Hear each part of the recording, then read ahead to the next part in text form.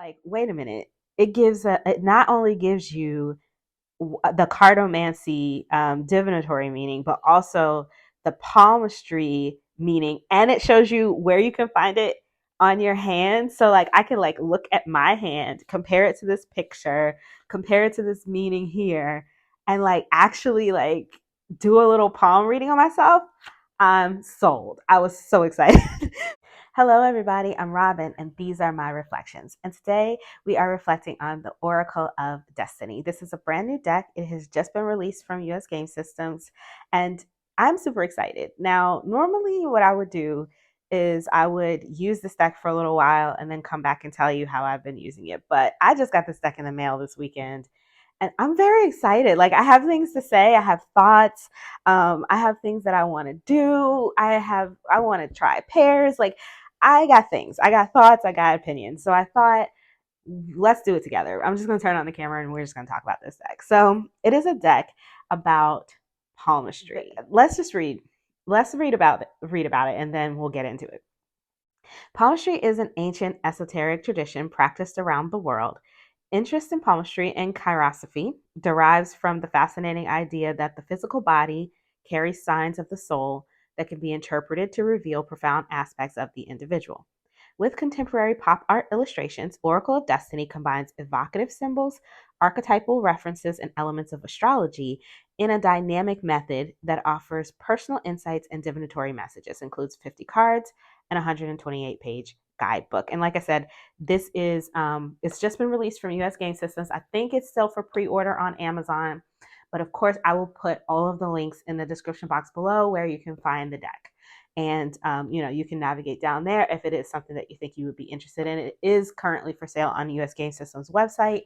And then, like I said, it's still up for pre-order on Amazon. I think it's being released in a few weeks. So all right, let's just take a look. It comes in one of these drawer boxes, which is different for US Game Systems, but I kind of like it. Like, this is fun.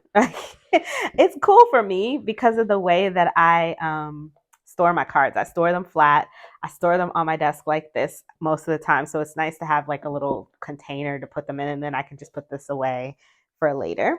And so we're just going to move that out of the way. It came with this book, and then the cards come in a box. And then it has like this in the bottom. So if you wanted to, you could remove this and then you could keep the cards, the box, and maybe like a crystal or something in here with it. So I'm just going to move that out of the way. That off to the side. Okay. And so there's 50 cards, and this is the box that they came in. I haven't opened this box. I haven't looked at the cards yet, but there are full color images in this guidebook, so I have seen them. All right, so let's talk about this a little bit. So let's take a look at this guidebook. Now, the cards are not in any kind of alphabetical order in this book. However, there is a full table of contents here. You can look up the card name. They're all on one page and find the page. So that's really cool. And once you kind of get a feel for the way that it's broken up, you'll be able to find them easier, because at first I was like, oh, why didn't they put the words in alphabetical order? But because of the way that they separated them by like aspects and then like, elements and parts of the hand, and then astrology, and then the lines. And so once you get that in your mind, it's easy to kind of like see where once you pull a card, I'm sure it would be easy to kind of see like, oh, it's here. The destiny. This is a destiny card. It's here. You know what I mean? So it's not. It's gonna be fine. It's gonna be fine. I know that for sure. Now that I've looked at it. The contents are, you get a little bit of a background about the Oracle deck and palmistry, and then you get some general information on how to read your palms. So because they encourage you to use the card in conjunction with your hand when you pull, or your querent's hand if you can. So then it's how to use this deck, which is some information on ways that they think that is a good way to use it. There's some readings from the deck section is about spreads, and then the cards is of course the divinatory meanings. So the way they've done the spreads in this deck are sample ways to read. So for instance, if you pull one card, you could use it for inspiration, and see if you can uncover like a nagging feeling or something that is blocking your way. You could use it for a card of the day, or you could do a this is the yesterday, today, tomorrow spread, where it says that you could use this for again uncovering blockages in different ways. So it's not like a typical way to talk about spreads, right? But these are their spreads. So it's one card for card of the day, and then this 3 card spread here. So those are the spreads. The guidebook is pretty much really good, and it really, like, I looked through some of the way these cards. The thing that I really enjoyed about the thing that I love the most about this guidebook is that in the card section, each card, you get a full color image, so you can look at the card, and then it gives you the aspect of the hand, or the part of reading hands that goes with this card, right? And it shows you sort of where you would find it, or what part of your hand you want to focus on for that aspect. And then there's a full-on divinatory meaning if you just want to use it for, as a regular oracle deck. There's a divinatory meaning here. You can just use it that way. You don't have to pay any attention to this, but this is really interesting. And I loved, do you guys remember those books we used to have when we were kids where you flipped and it's like animated? I don't know. I'm from the 80s. I'm a child of the 80s, and this kind of stuff. Now you can get animation on your phone, but I love this. Like, I love something about that just made me happy. But okay, so I'm a dork. Yes, I'm a dork. Anyway, I love the way it like changes. Like, okay. Anyways, so it gives you sort of where in the hand it's located. It's kind of highlighted for you, which is really cool. I saw this guidebook on Instagram, and they pulled the cards. It was like a pick a card, and then they posted a picture of one of the page for each card, and I was like, wait a minute. It not only gives you the cardomancy divinatory meaning, but also the palmistry meaning, and it shows you where you can find it on your hand. So like I can like look at my hand, compare it to this picture, compare it to this meaning here, and like actually like do a little palm reading on myself. I'm sold. I was so excited. So I was like, as soon as this came, I had to snatch it out the box. I could not wait. I could not wait. But this is really cool. And what I've noticed about it is that, because I was looking at, which one was I looking at? And I was thinking to myself, oh, I can't find it on my hand. But then the image really helped. So which one was it? I think it was this one. So it was like showing the aspect of the hand. And then I was looking at my hand and I was like, wait, where is it? But it showed, like, if you really look at the imagery, it will always indicate exactly where you can find it on the hand, like which one you're looking for, right? And the imagery is really clever. Like, I was looking at one, which one was it? This one. And so it talks about the destiny line, and this is one where, like, if it's missing, your destiny line is missing, and look at the imagery for the missing destiny line. It's like there's no line, but there's this open space with these unknown stairs where you can just go and make your own destiny and choose your own doorway. I love the imagery there. So I thought this was really cute. So I'm excited about using this deck. So let's take a look at the cards, and then we'll talk about the card stock, we'll talk about the production and all of that, and then we're going to talk about some pairings. Okay, so the cards, the production quality, the box, and everything is a little bit different from typical US game systems because it's done in conjunction with Vivita. They're, I think, a French publisher, so it's different. So like I said, it comes in this talk box. And the cardstock it's a little different. It is cardboard with a little slight coating. And it's just, I mean, it's matte, but with a little coating on it. It's not glossy at all. It's actually less glossy than a normal US Game Systems card. It feels very matte to me. And the size, this is the Tarot of the Abyss, which is a normal tarot size, is just slightly bigger and slightly wider than tarot. So it's almost tarot size, just a little bit bigger than tarot. And those are the backs. Very pretty. And they are reversible. So if you wanted to reverse them, you could. All right. And so let me zoom you in and we'll take a look at the cards. So it is, to my understanding, they are separated into different parts of palmistry and what you would look at if you were reading a palm. So they're separated by texture, shape, like the parts of your hand and then the lines, the fingerprints. And so they've separated the cards out in those ways. And like I said, there's 50 cards. So we start out with texture. So we have hardness, and then we're on to color. These are things that you would, pay attention to. Nails, which I thought was a really interesting card because sorry about that. I got a phone call. I never get calls, but as soon as you want to film a video. Anyways, so I wanted to say, yeah, there are elements and other natural elements, other natural things like the roots, trunks, branches. It's all very, very interesting. I love it. And I think that this imagery is just fun. And she said the artist says that they do a lot of pop culture work, and I can totally see that. I can totally see that. This reminds me of 80s cartoons, which I'm here for because I'm an 80s baby.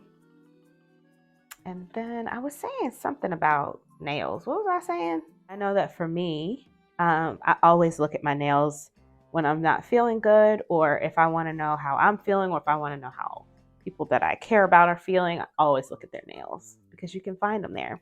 So it gets into astrology. So we have Jupiter, Saturn, and a lot of these lines on our hands are named um, after these gods or these planets. So it's really interesting to think about that as well, especially since I'm doing this deck and walk and I'm studying astrology so heavily this year. It's been interesting. The cardstock moves really well so far. Like, I haven't shuffled it. I just took it out of the box. I hadn't looked at the cards, but I think it's going to move fine. They feel like, I guess what people would call that cereal box texture. So I have several decks like this. Like, I have the Sacred Sisterhood Tarot and the Hoodoo Tarot. Well, the Hoodoo Tarot is a little shinier, but the Sacred Sisterhood Tarot, I would say, is about the same cardstock. Or the Antique Anatomy feels about the same. Destiny. So it's clever because it shows the line. So if you're like, well, where is it on my hand? It gives it to you, but then there's all this other stuff around. And then they separated it for you, right? Because you have two hands. Like, which hand do we read? That's something, I'm not going to get into that because I don't know much about palmistry, and I know that is a debate, that's been going on for centuries. But this is, they get into it. They get into, what if you have strong destiny lines on both hands, right? Or what if you don't have a destiny line at all? What does that mean? So I think it's really cool how they've really broken this up and made it into something that you could use. And I wonder if someone who does read palmistry, I'd love to hear from you in the comments. What do you think of using something like this to maybe pull a card before you read to see what you should focus on in someone's hand? That's what came to mind for me. Then I thought, well, I know for me, I don't read palms, but I would love to, as I was reading the guidebook, start looking at my own hand. So in my head, I'm thinking, I'm going to take a picture of my hand and do a whole chart, because in the guidebook, they talk about the different parts of your hand and what each part represents and all of that.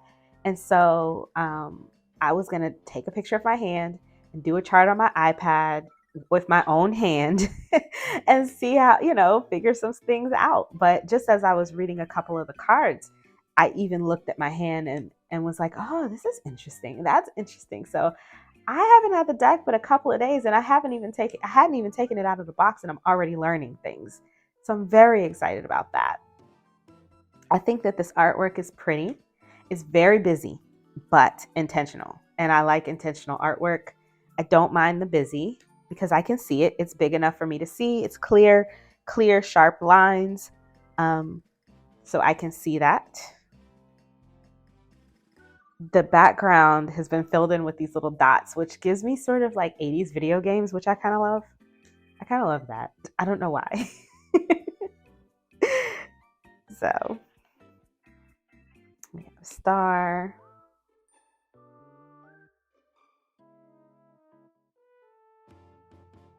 grill,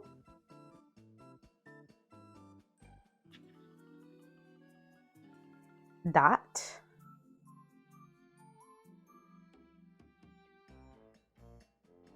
magic cross,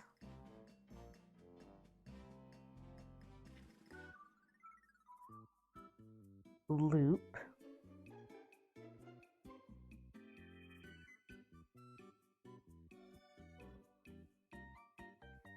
arch. And so these don't even have hands in it. So I'm curious to see how one of these with no hands in it would read. So maybe we'll read one at the end. And this is the last one, Whorl. And like I said, there's 50 cards. That's the back. Let me zoom you out and let's read a couple of cards. Like I said, they are slightly bigger than tarot. And because I have small hands, this is going to be probably difficult for me. This is quite a stretch for my fingers. When I have to stretch my hands this much, it makes it harder for me to control. However, they are bendy. So because I can bend them back enough to control them, I am able to get a shuffle. So let's try that again. Oh, lost the card. There we go. So, yep. I can shuffle. I can riffle. It is a little bit of a stretch for my hands, but I can do it. There we go. One more. Usually it takes about 3 for a new deck to loosen up to really give you a good shuffle. So let's see. There we go.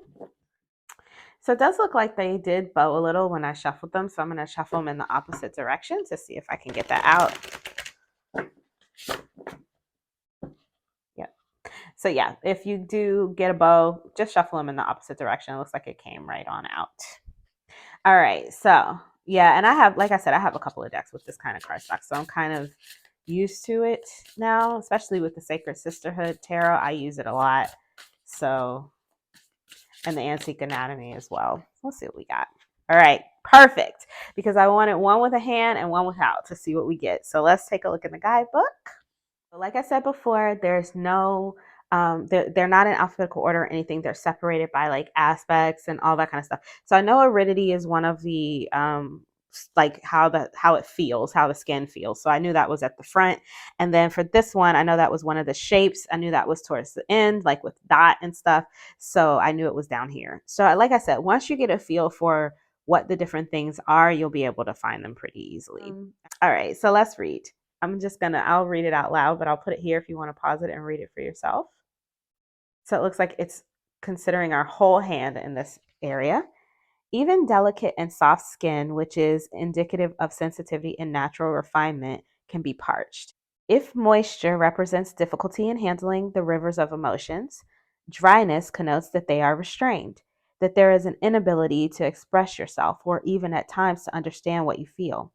It is also a feeling of difficulty in letting go and truly believing what you feel. This characteristic can vary considerably throughout life. And then there's a divinatory meaning. Don't imprison what you hold most secret and dear. Imagine an ancient artist painting on the ceiling. Before finishing it in the center, he creates his most beautiful drawing. Then he covers it so only God can see it. What do you think? Are you sure you don't want to show the rest of the world what you have to offer? So, if it's a card about being restrained in your emotions, the divinatory meaning is don't hold your emotions so close to your chest. Let them out. Show people what you have to offer. So, that is a wonderful message. And the picture really, it talks about it's like it's in a desert. So, if we're talking about moisture and dryness, this is definitely illustrating that. So, if I'm looking at my hand, I mean, it's looking pretty moist because I just put lotion on. So I guess that I'm not having any trouble navigating the rivers of emotions today. Let's look at Mystic Cross. Can appear. Oh, wait. There you go. All right. Crosses can appear all over the hand. They often cut across the lines or are found on a mount. When they appear, one must pay particular attention to the characteristics of that element. Because crosses put people on alert, they signal that a problem may arise. One particular cross is the Mystic Cross, which has a different meaning. It stands between the heart line and the head line. To carry its full meaning, it must not touch them. It indicates a propensity for it indicates a propensity for and skill in philosophy, theology, and occultism. It may be present from birth or appear at some point in life, perhaps after a strong spiritual experience. And the divinatory meaning is the cross comes to the rescue, manifests as a calling, and represents the more subtle and spiritual aspects of existence. Trust it, don't fight it, and take in the deeper elements of life. So if you're feeling a calling coming to you, take in the deeper elements of life. So if I'm looking for a cross in the middle of my hand, it says it can't cross either line. It's supposed to fall here. I got nothing, I don't think. That's where the cross is. And then look, she's got a pendulum. So obviously she's doing some mystic things. And listening to spirit and all of those sorts of things. So I really love this. I love this. I've been having fun just with the guidebook. I hadn't even taken the cards. This is my first time actually shuffling the cards, but this is interesting. It's interesting and I'm learning a lot. And I like to learn. So this is cool to me. I like the art style and I'm curious to see if I can use this in a pick a card in the next week. So I wanted to see if there were some cards I could maybe pair with it to help bring out the meanings, because one of the ways that it talked about using the cards was to use it as a way to see if you can uncover blockages. So I thought maybe I'd do a pick a card in the next week on my Instagram about uncovering blockages. And if I want to do that, I might need another card, like a tarot card, to flesh out the meaning. So let's see what we can find for pairs. I'm just going to give these another shuffle. And I wanted to try to shuffle them in this way because this is how I like to shuffle oracle cards. Yep, that worked great. The first thing that came to mind that I have is the tarot of 1001 Nights. And I thought maybe the colors and the theme maybe might go, but I don't know because we're literally just playing with pairs. I haven't, like I said, I just took these out of the box. So let's take a look and see what we got. These are the backs of that deck. Okay, so up front, I mean, they're both busy, right? But I don't know that I like them together because this one, I think it's just the line work. This line work is so bold and thick, and this line work is so much finer that it's kind of jarring to me. I'm not sure that I like this. The coloring would be perfect if the line work was more of a match. So, yeah, I don't know that this is going to do it for me. But let's see. We got the Nine of Pentacles with the Ace of Chalices and Time. Yeah, I don't know. I don't think I like this one. Let's try something else. So if we're talking about color, I know that the colors in the Tinseltown Tarot will match. And because it's a divination system about personality and finding the personalities of people based on their hands, and I think that this deck has a whole lot of personality, I thought maybe they might go together. So let's take a look. So far, I love the coloring and the line work seems to be a good match, much better than the other one. So let's see what we got. Also, this deck it leans a little pippy, which is nice because it'll give us some space to kind of focus more on the oracle. So let's see. We've got Dream with the Star and the Seven of Pentacles. So, I mean, we've got hope, dream, and, wishes fulfilled and all that kind of stuff. I think we're good here. Let me see. We've got Destiny with the King of Swords and the Ace of Pentacles. Well, if my destiny is to have pentacles coming my way, I'll take it. Saturn. Time, basically, right? With 8 of Cups and 4 of Cups. Interesting. The Lovers with the 6 of Pentacles and the Mystic Cross. 7 of Wands, Queen of Cups. So I like this. I think that, it works well together. Like I said, this deck has a lot of personality and so does this one. So this is cute. I'm here for this. Again, this is the Tinseltown Tarot. The other one, I don't know if I said, the one that I tried, but I didn't like, maybe you liked it, was the Tarot of 1001 Nights. Another one I thought might be a good match is the Penelope's Tarot. This is the indie version. I think, I mean, it wasn't expensive. You can get it on their website. Well, you could. I don't know if you still can, but I know that this deck is coming out from Rockpool with a different title. I can't remember the name of the title. It'll be smaller. It'll be about the size of the Squid Cake Marseille. Um, but I have a feeling these are going to be nice. And this deck is, it's good. It's hard hitting and a little bit sassy. So, yeah, no, I feel like fortune tellers are usually pretty sassy. And this is a fortune tellery deck. So let's see. Personality, all left, right, and center, right?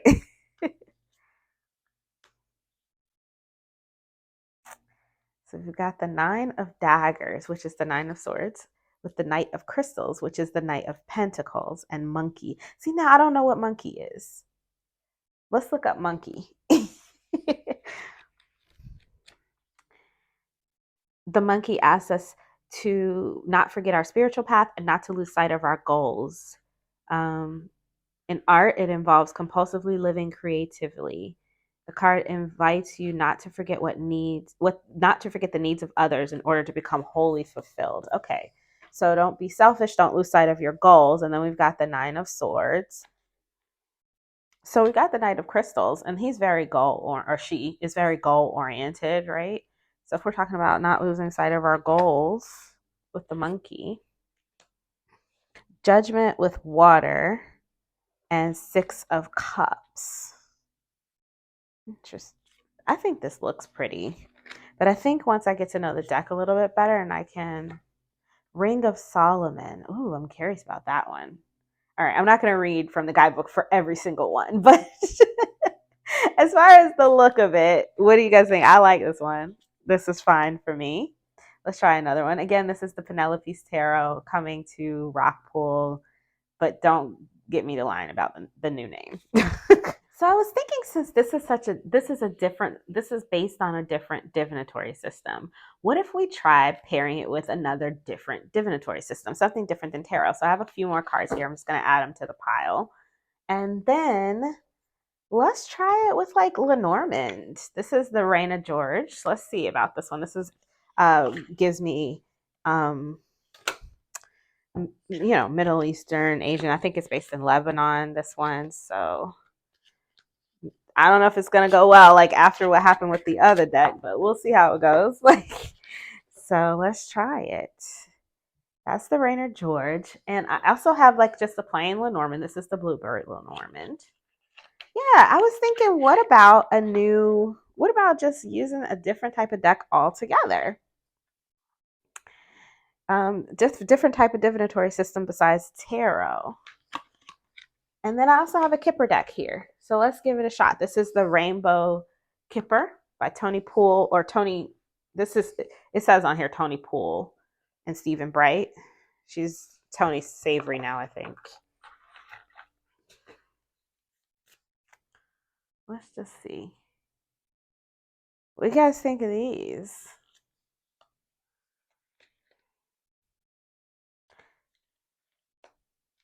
If we wanted to do like a Kipper reading with it or a Lenormand reading, let's see. Hang on one second. Let's try it with Lenormand first. Usually if I'm doing a Lenormand reading, I'm doing 3 cards. So let's put this here. I'm just playing now. Let's just see how it looks with 3 cards. Huh. It's a different art style, but it could work, right? Yeah, definitely could work. I like this. And then if I didn't like that one, let's try this one. This one is a little less busy. This is the Bluebird Lenormand. Let's try the Bluebird with it. Yeah, that's better, right? Because it's less busy.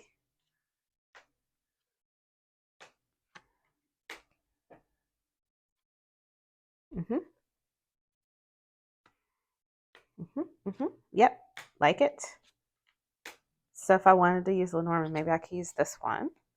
Or let's try the Kipper. I think the Kipper's gonna look nice too. Yeah. This rainbow Kipper is fabulous. I don't read Kipper very well, but the guidebook is wonderful. So I just use the guidebook until I get better. But I love the way Stephen Bright illustrates things because it just makes everything so easy and accessible. I like this with it. So if I wanted to use a Kipper deck, this would be the one. Maybe Kipper is the one. Maybe Kipper is what I should be using with this, huh? I don't read a lot of Kipper, but maybe this is telling me I need to start. Yeah, because I was thinking this is different. Maybe we bring in something different, something that's not tarot, right? What do you guys think? Anyways, so those are my thoughts on this deck so far. Like I said, I haven't really used it yet. I do plan to be using it in the next couple of days, in the next week or so on my Instagram. So if you want to check that out, you can navigate over there and it'll be in the description box. It's always in the description box. Okay. So those are my initial thoughts on the Oracle of Destiny. I really think that this is going to be right up my alley. I'm going to use it with the guidebook to do some pick a card readings this week, like I said. And I plan to just be using it in general, maybe daily pulls, just to get to know it a little bit better. Just pull a card a day, compare it with my hand, compare it with the guidebook, and enjoy the cards. It's also now has me interested a little bit in looking into learning Kipper again. I started with it, but I never did finish. And maybe this is trying to tell me something because it really looked great with that Kipper deck. So there's that as well. I will, of course, put all of the links where you could find this deck legitimately in the description box below. Like I said, it is for sale currently on the US Games website. It is coming to Amazon, so I will pop the Amazon link down there in case you see this after it's already gone on sale on Amazon. But you can pre-order it on Amazon right now, and they will send it to you when it releases, just like they always do. We got a little diversity in the hands here, different skin tones. That's kind of neat. Diversity in the people too. It's not too many people in here, but they still managed to fit that diversity in there, and I'm very happy to see it. So, okay, I'm going to let you guys go. I will leave you with that. If you like this video, please give it a thumbs up. It helps my channel grow. Share it with anybody who you think might enjoy this Oracle deck as much as I think I'm going to enjoy this Oracle deck. And until I see you next time, stay safe and be blessed. Bye-bye.